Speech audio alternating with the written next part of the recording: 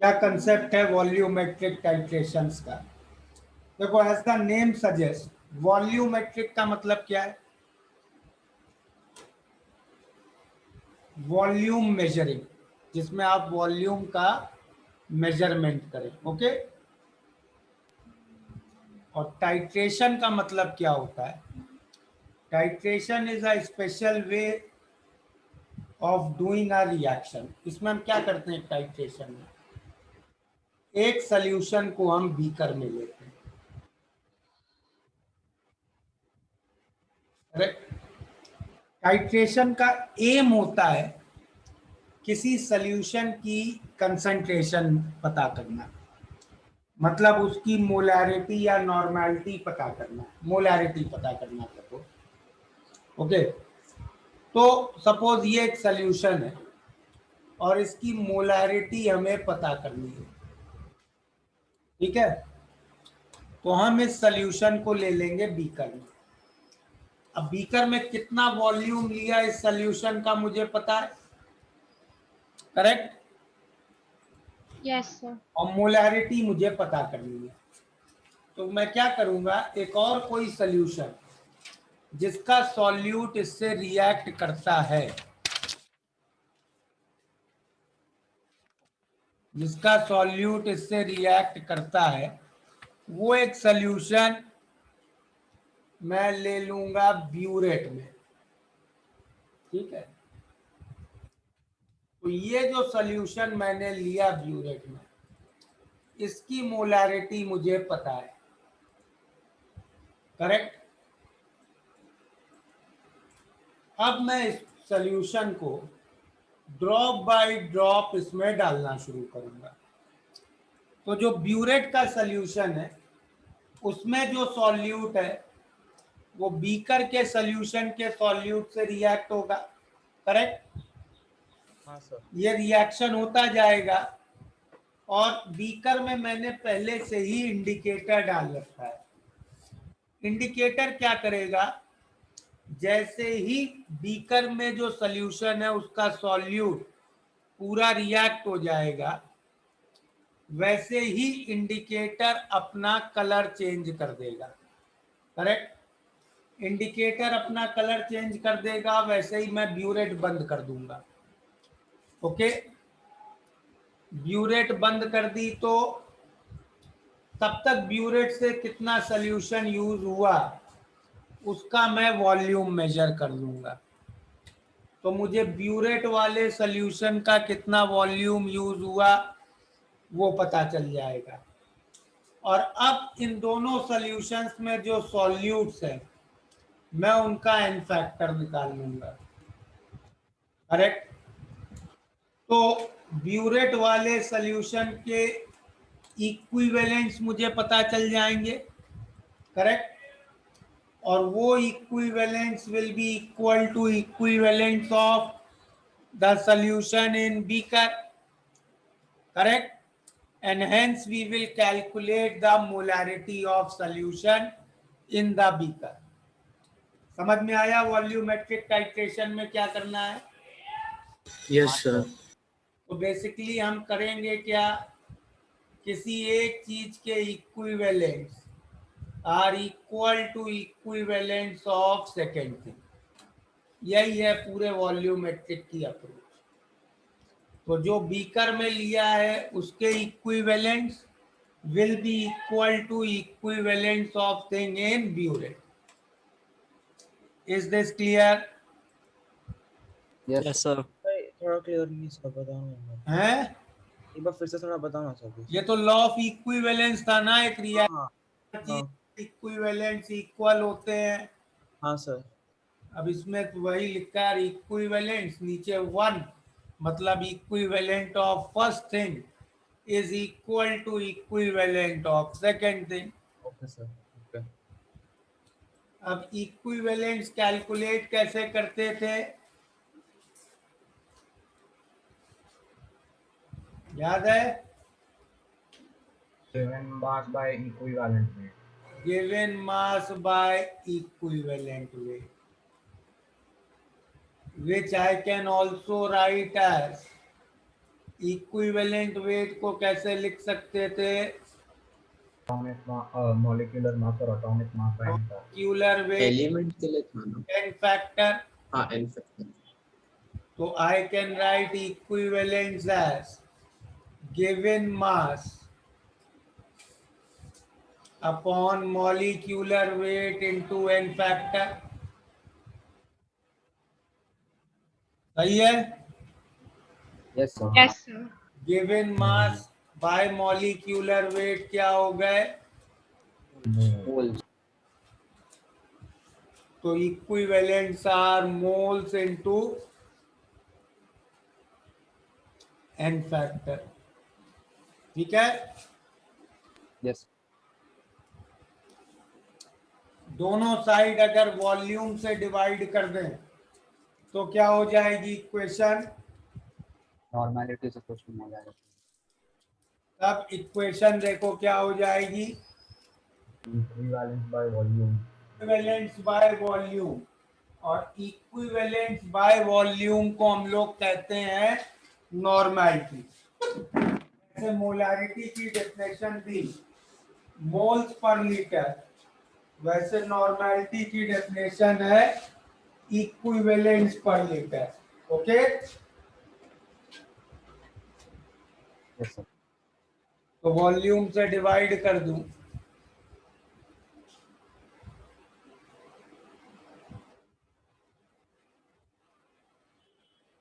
तो ऐसे भी लिख सकते हैं normality is equal to molarity into n factor.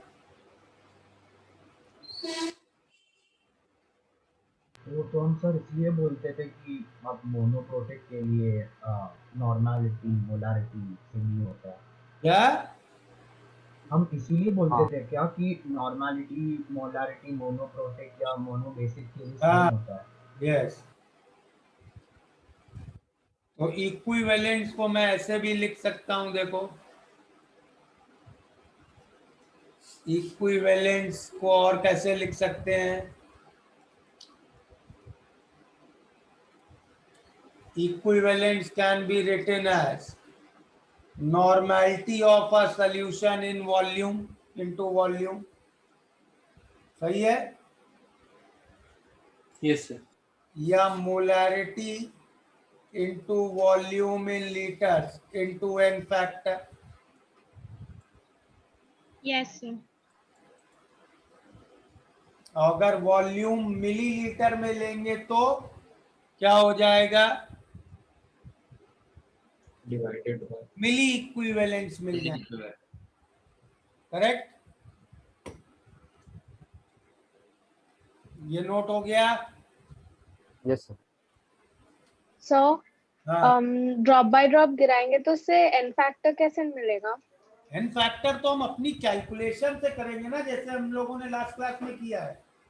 Oh, okay, sir.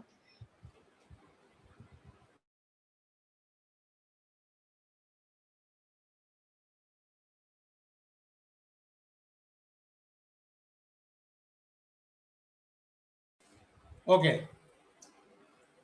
So once this concept is clear, now today let's start with redox titrations. तो दो तरीके की टाइट्रेशंस डिस्कस करेंगे हम लोग. कौन कौन सी? redox titrations and acid base titrations. Okay? Yes sir. दो तरीके के रिएक्शंस किए थे ना जिसमें n फैक्टर निकालते थे. Yes, sir. Yes sir. चलो, तो रिडॉक्स टाइट्रेशन का मेरा मेन इक्वेशन क्या होगी? Milliequivalence of oxidising agent will be equal to milli equivalence of reducing agent. क्योंकि रिडॉक्स रिएक्शंस में एक चीज ऑक्सीडाइज होगी, एक चीज रिड्यूस होगी. करेक्ट? जो चीज ऑक्सीडाइज होगी that will be called as reducing agent. जो चीज रिड्यूस होगी that will be called as oxidising agent. Okay?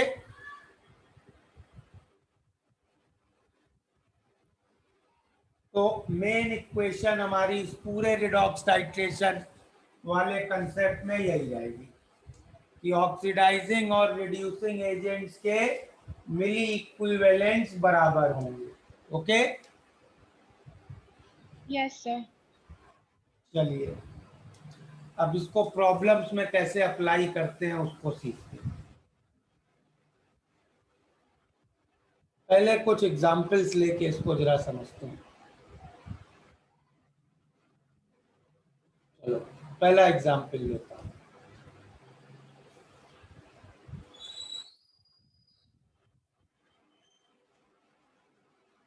A sample of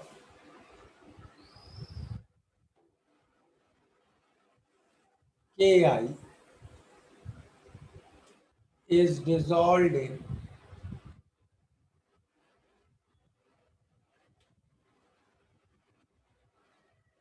100 ml water.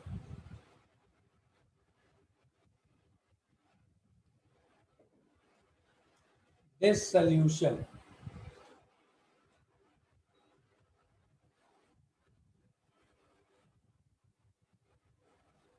is titrated with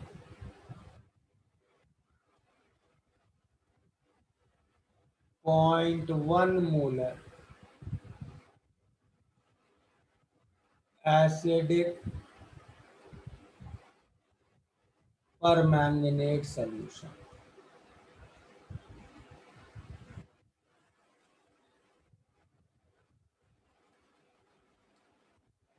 ml permanganate solution. Permanganate is MnO4 minus. 30 ml MnO4 minus solution is required to reach end point.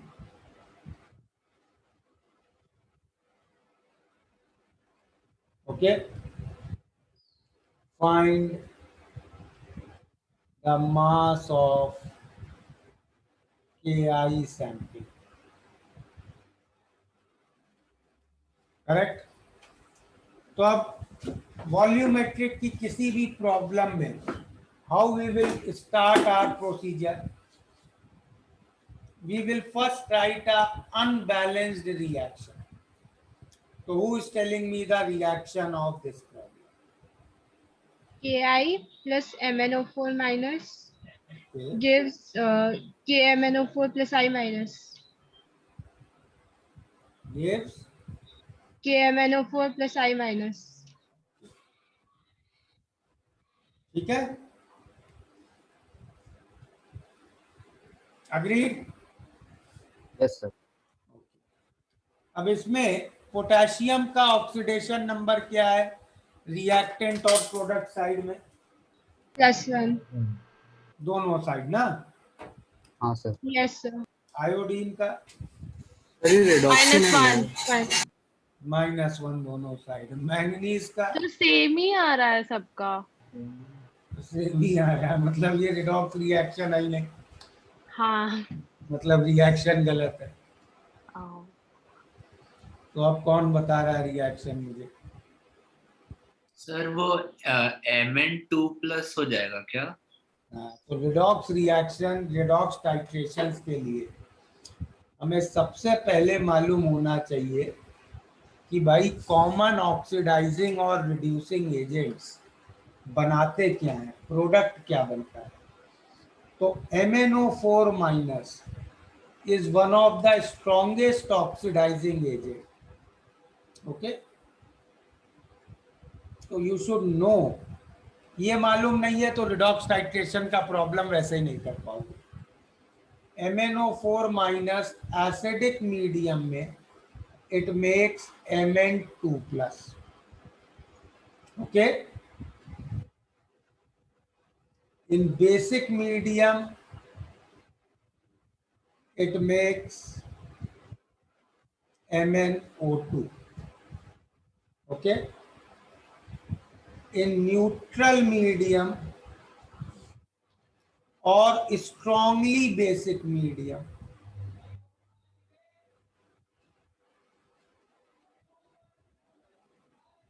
it makes MnO4 2 minus. ठीक है, is this clear? Sir ये याद होना चाहिए मतलब। याद होना चाहिए।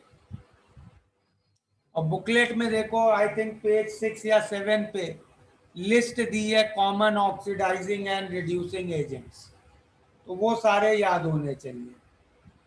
उसमें MnO4 माइनस का गलत दिया है, ये है MnO4 माइनस का करेक्ट। ओके सर एक मिनट प्रीवियस पेज आना। अरे रुको यार, पहले जो चल रहा है वो नहीं समझते हो, प्रीवियस पेज। ये क्लियर हुआ पर मैग्नेट के प्रोडक्ट्स क्या होते हैं? सर आपने Yes, न्यूट्रल और sir. स्ट्रांगली बेसिक को ऐसा क्यों लिखा मतलब? तो बनता है ये स्ट्रांगली बेसिक मीडियम में, ये अच्छा हमने अपने मन से थोड़ी लिखा, उसका ई नॉट वैल्यू ज्यादा होता है उस समय। और दूसरा बहुत स्ट्रॉन्ग ऑक्सीडाइजिंग एजेंट होता है डाइक्रोमेट, Cr2O7 माइनस। डाइक्रोमेट कोई भी मीडियम हो will always make Cr3 plus. Okay, एक कॉमन रिड्यूसिंग एजेंट है ऑक्सलेट। एसिडिक मीडियम में it will make CO2, basic medium में कार्बोनेट।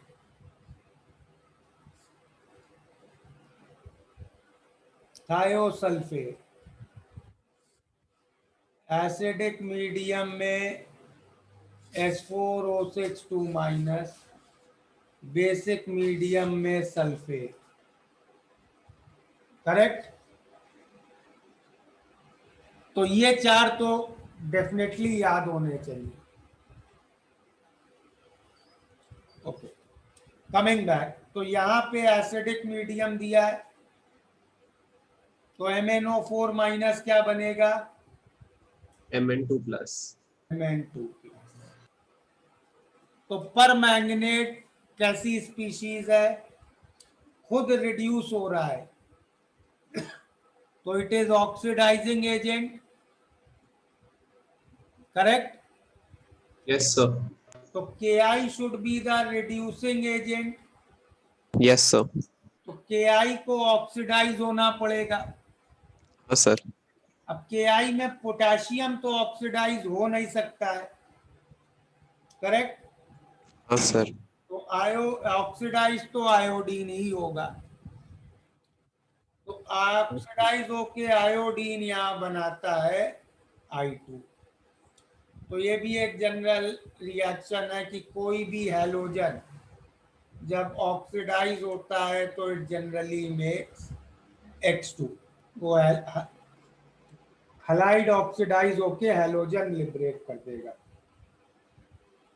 ठीक है, तो ये यस सर। Unbalanced reaction. अब तुम्हें इक्वेशन क्या लिखनी है? मिली इक्विवेलेंट्स इक्वेट करने हैं।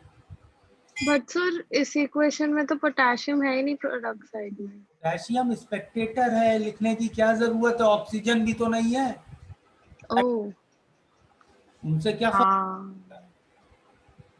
Okay sir. इसीलिए तो वॉल्यूमेट्रिक कर रहे हैं। अगर सब बैलेंस करके ही लिखना है तो फिर मैं प्रॉब्लम मोल कंसेप्ट से करूंगा ना।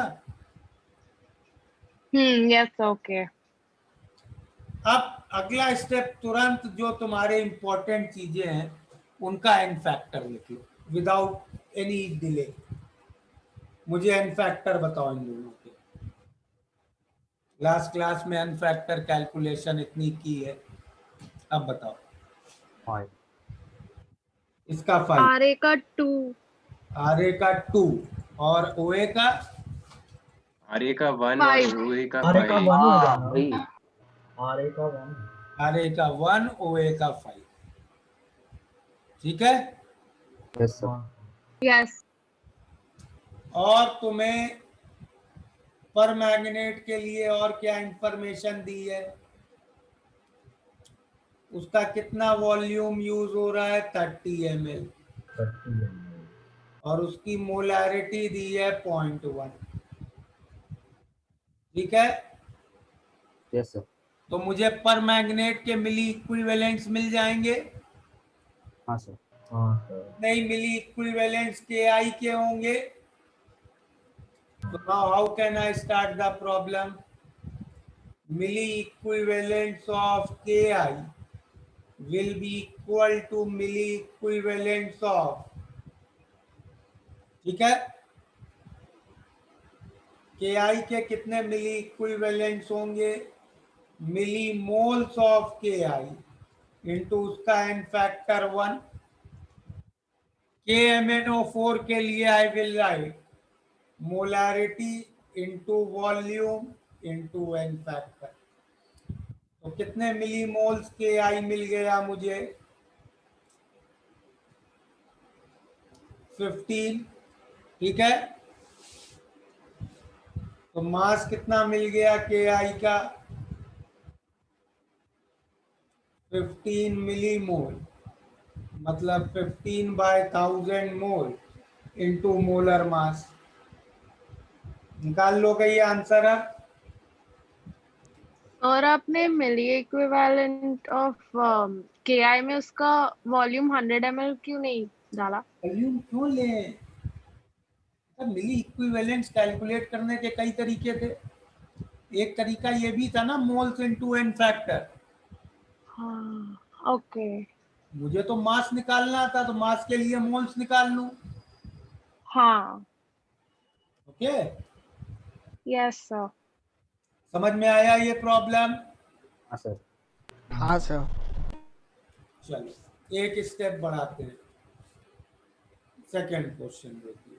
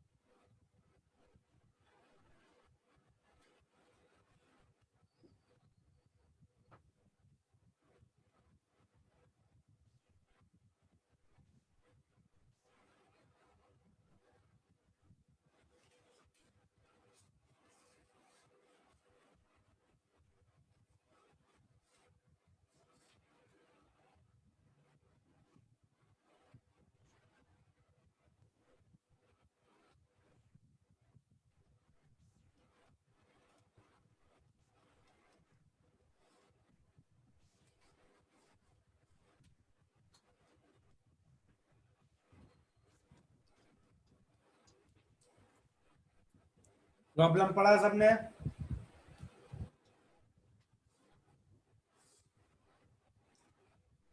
हाँ सर। चलो स्टार्ट करें।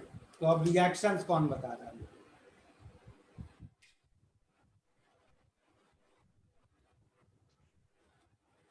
Sir KI plus Cr2O7 2 minus gives Cr3 plus I2 बस इतनी जरूरत होगी ना। ये क्लियर है? Yes sir. Yes, sir. हाँ, फिर क्या हुआ? सर फिर I2 रिएक्ट हो रहा है विद ऑक्सिलरी रिएक्शन में जो बना उसको हम किससे रिएक्ट करा रहे हैं? Oxalate. C2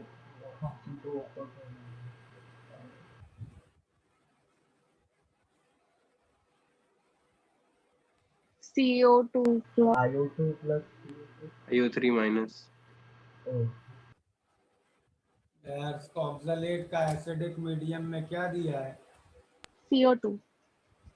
why you are saying CO3 2 minus? Sir IO3 IO3 कैसे बनेगा? नहीं कार्बन की नहीं नहीं नहीं, हाँ ऑक्सलेट में क्या ऑक्सीडेशन स्टेट है?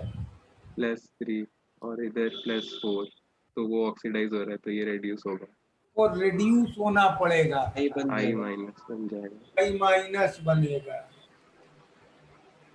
ठीक है, अब ध्यान से देखो, तुम्हें इस प्रॉब्लम में इंफॉर्मेशन दी किसके लिए? ऑक्सलेट। C2। वॉल्यूम दिया है 25 ml, मोलैरिटी दी है 0.1। ठीक है, एन फैक्टर कितना है बताओ जरा? 2। 2 हाँ सर, हाँ 2। +2। ठीक है, के आई का एन फैक्टर तो हमें मालूम ही था, कितना था? 1 अब कैसे प्रोसीड करें इस प्रॉब्लम? तो व्हाट आई से, ध्यान से सुनो, कि जितने के आई के मिली इक्विवेलेंट्स होंगे उतने ही I2 के होंगे, हाँ हाँ सर। और जितने I2 के मिली इक्विवेलेंट्स होंगे उतने ही ऑक्सलेट के होंगे। हाँ यस सर। तो आई कैन डायरेक्टली से मिली equivalents of K I are equal to milliequivalents of oxalate. हाँ सर। हाँ सर सही है? हाँ तो देखो, मान लेते हैं मिली moles of K I in the sample are X. ठीक है, सैंपल कितने में डिसॉल्व किया है तुमने, कितने पानी में? 100 ml 100 ml में। लेकिन रिएक्शन में तुम कितना ले रहे हो? केवल 20। 25 25 ml। मतलब अगर तुमने x मिलीमोल के आई डिसॉल्व किया है तो हम लोग रिएक्शन में कितना ले रहे हैं? केवल x/4। x/4 सही है, तो इसका भी ध्यान रखना। ये भी एक ट्रिक होती है प्रॉब्लम में, सॉल्यूशन का एक पोर्शन लेते हैं। ठीक है, तो कैसे लिखोगे मिली इक्विवेलेंट्स ऑफ के आई बताओ?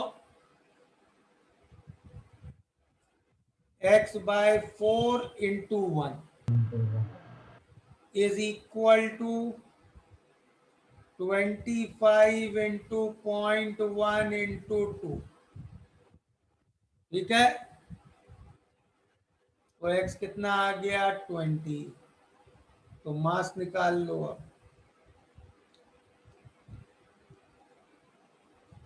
ठीक है, आया?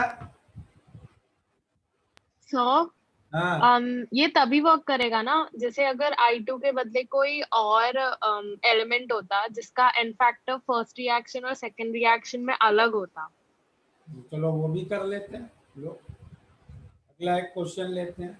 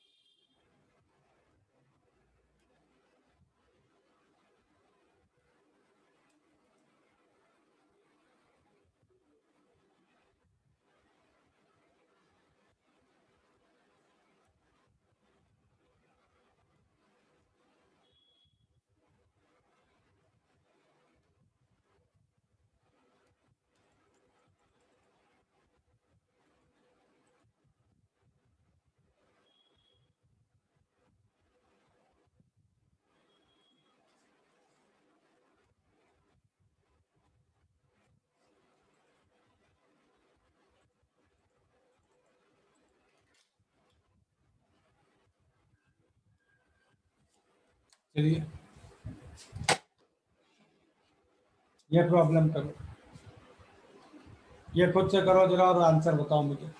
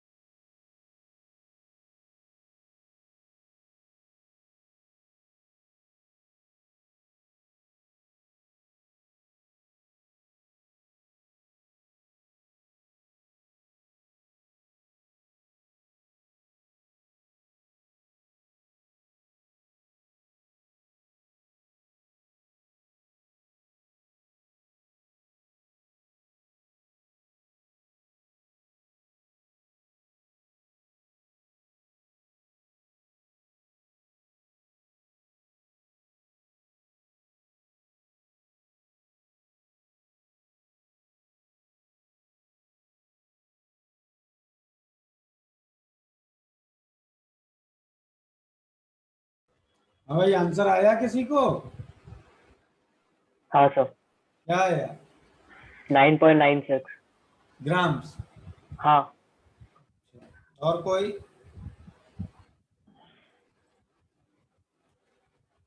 और किसी को नहीं आया आंसर? एक मिनट सर।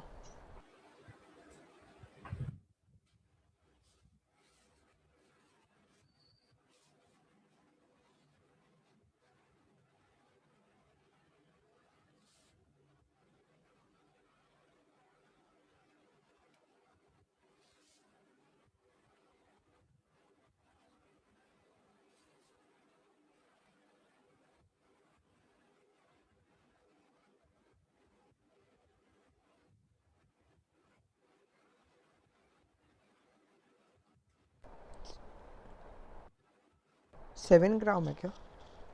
7 ग्राम। और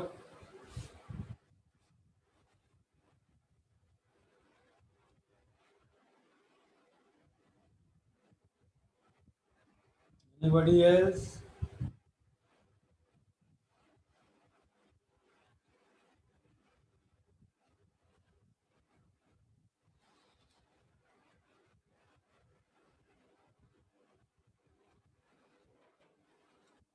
चलो देखते हैं तो क्या रिएक्शंस होंगे इसमें।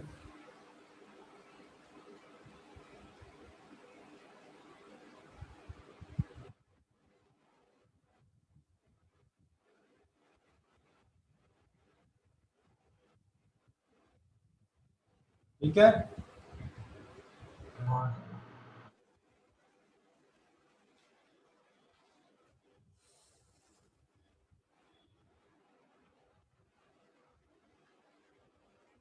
ओके। Yes, sir. हाँ तो इसके लिए तुम्हें इंफॉर्मेशन दी है डाइक्रोमेट के लिए 20 ml वॉल्यूम है, 0.1 मोलर सोल्यूशन है, और एन फैक्टर कितना होगा इसका, बताओ एन फैक्टर। 6. 6. हाँ सर. ठीक.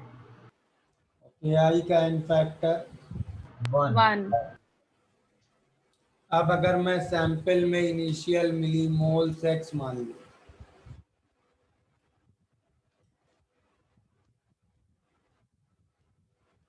तो अब कैसे इक्वेशन हो जाएगी इसकी, बताओ जरा। x/5 into n factor of ki कितना है वो, will be equal to the 5 into nf of ki, Oh. that is 1, 1। हाँ, will be nf of I2 in the first reaction into भाई देखो 20 into 0.1 into 6. अब इस प्रॉब्लम में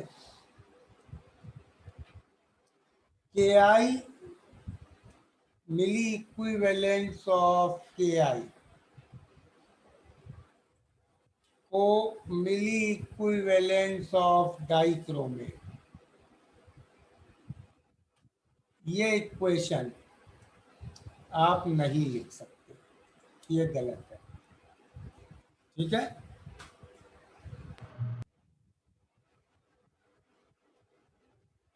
क्यों गलत है? देखो मिली equivalence of K I are equal to milliequivalence of I2। ठीक है, इन रिएक्शन 1, ये तो सही है। और milliequivalence of I2 in reaction 2 is equal to milliequivalence of dichromate, ये भी सही है। बट प्रॉब्लम क्या है, इस क्वेश्चन में milliequivalence of I2 in reaction 1 is not equal to milli equivalence of I2 in reaction 2। भाई जितना I2 पहले रिएक्शन में बनेगा उतना ही दूसरे रिएक्शन में रिएक्ट करेगा, correct? Yes, sir. Yes, sir. जब व्हेन आई से दैट जितना I2 पहले रिएक्शन में बनेगा उतना ही दूसरे रिएक्शन में रिएक्ट होगा, इसका मतलब है कि जितने मोल्स I2 पहले रिएक्शन में बनेगा उतने मोल्स I2 दूसरे रिएक्शन में रिएक्ट होगा, करेक्ट? Yes, sir. हाँ सर. इफ आई से यहाँ A मिलीमोल्स I2 बन रहा है तो यहाँ भी A मिलीमोल्स I2 रिएक्ट होगा, करेक्ट? लेकिन Yes. रिएक्शन में I2 का एन फैक्टर क्या था, 2. 2. और दूसरे रिएक्शन में I2 का एन फैक्टर क्या है, 10. 10। तो I2 का एन फैक्टर दोनों रिएक्शंस में सेम नहीं है, मतलब I2 के मिली इक्विवेलेंस दोनों रिएक्शन में सेम नहीं होंगे। पिछली प्रॉब्लम में हम लोग ये कर ले गए क्योंकि I2 का एन फैक्टर दोनों रिएक्शंस में सेम था, करेक्ट? तो इसके लिए एक बड़ी इंपॉर्टेंट पॉइंट आ गई वॉल्यूमेट्रिक के प्रॉब्लम्स के लिए कि जब हम एक रिएक्शन से दूसरे रिएक्शन में जंप कर रहे हैं, एक रिएक्शन के डाटा से दूसरे रिएक्शन पे जा रहे हैं, तो भाई जो कॉमन स्पीशीज है उन दोनों रिएक्शन में उसके लिए डेफिनेटली चेक कर लीजिए कि क्या उसका एन फैक्टर सेम है कि नहीं है। एन फैक्टर सेम है तो सिंपली इस तरह की इक्वेशन लिख सकते हो, लेकिन एन फैक्टर सेम नहीं है तो अब कैसे प्रोसीड करेंगे। पहले रिएक्शन के लिए मैं क्या लिखूंगा, इस इक्वेशन से milliequivalence of K I is equal to milliequivalence of I2 in reaction 1। तो सैंपल में x माने थे, तो x by 5 into 1 is a into 2, और दूसरे रिएक्शन से milliequivalence of I2 in reaction 2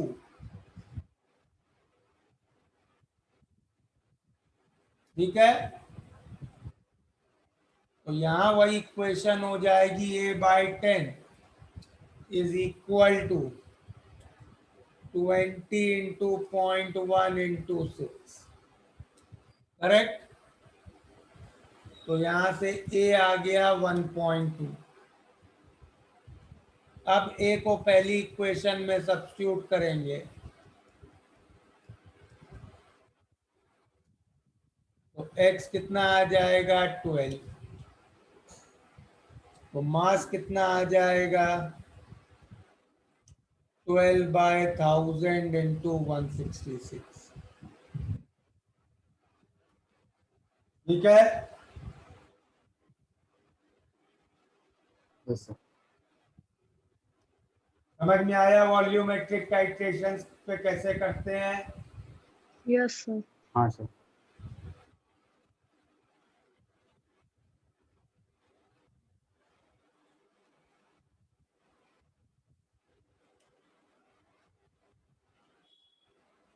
Sure, previous page explain. Sir आप question 1 से सारे स्लाइड्स एक बार दिखा सकते हो, स्क्रीनशॉट लेना।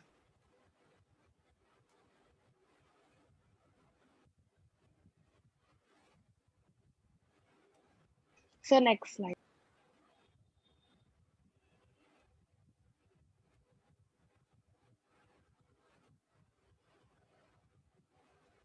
Sir next slide.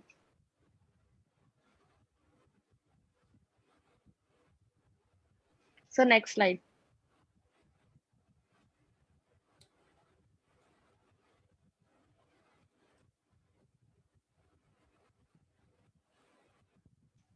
हाँ सर नेक्स्ट वाला।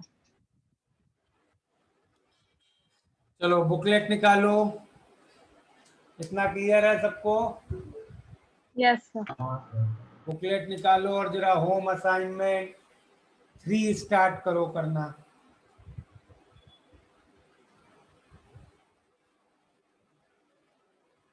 Start attempting home assignment 3।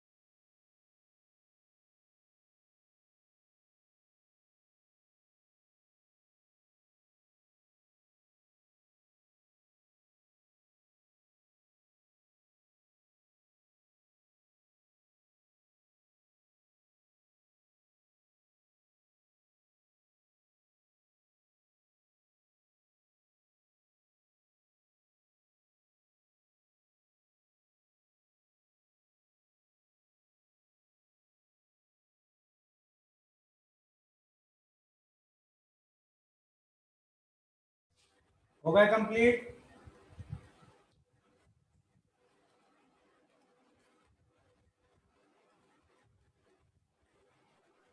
So what is volume strength?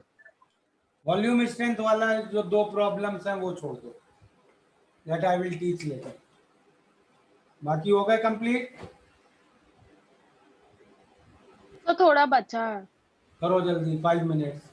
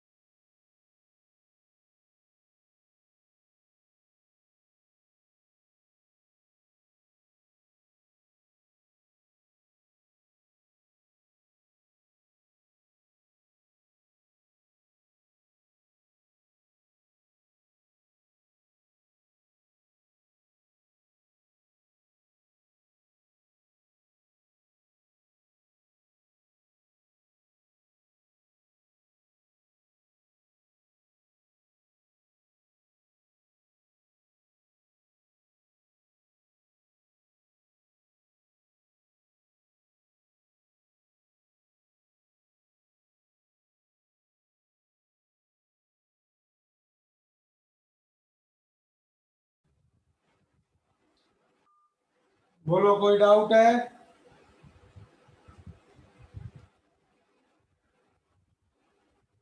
जितने प्रॉब्लम अभी तक किए हैं उनमें कोई डाउट है? Sir second one. Second,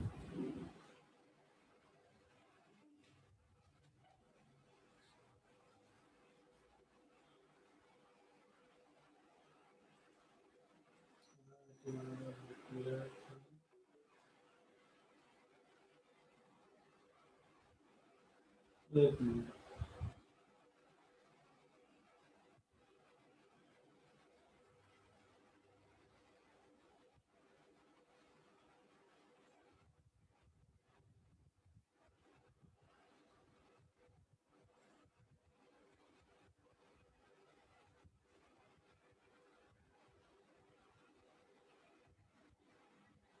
second में क्या दिक्कत आई? क्या दिया है? एक एक्सपेरिमेंट में एक कोई सॉल्ट है, वो रिएक्ट कर रहा है सोडियम सल्फाइड से।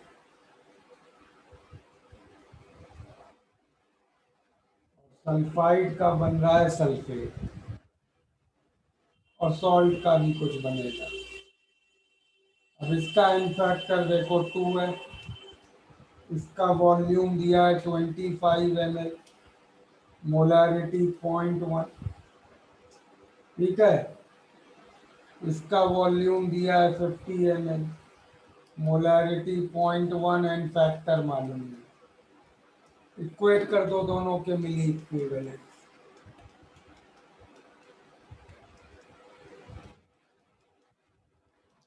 ठीक है, तो सॉल्ट का एन फैक्टर क्या आ गया? 1, ठीक है। Yes sir. अब सॉल्ट में दिया है ऑक्सीडेशन नंबर है +3, और सल्फाइड में तुम देख सकते हो ऑक्सीडेशन हो रही है, मतलब सॉल्ट में रिडक्शन होगी। तो 3 से 1 रिड्यूस होके यहाँ ऑक्सीडेशन नंबर क्या होगा? 2, ठीक है। हाँ सर. समझ. और कोई डाउट?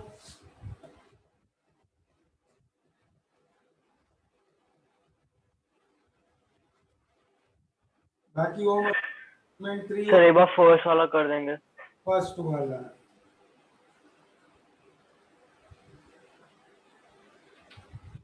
HCl का इक्विवेलेंट वेट निकालना है, और बैलेंस रिएक्शन तुम्हें दी है।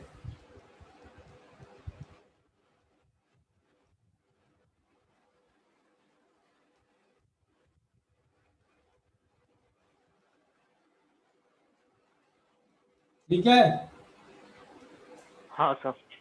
इसमें यहाँ क्लोरीन -1 -1 -1 0, तो क्लोरीन ऑक्सीडाइज भी हो रहा है, स्पेक्टेटर भी है, ठीक है। Yes sir. तो एन फैक्टर HCl का कैसे निकलेगा? 10 क्लोरीन में चेंज कितना है? मॉड ऑफ 0 -1, ठीक है। हाँ सर. ये वाले 10 में 6 क्लोरीन में चेंज कितना है? -1 -1, जो स्पेक्टेटर है, अपॉन 16 टोटल इंटू 1,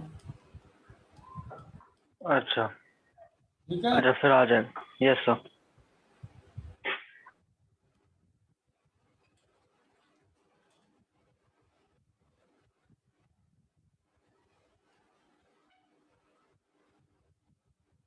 बाकी हो गया होम असाइनमेंट 3।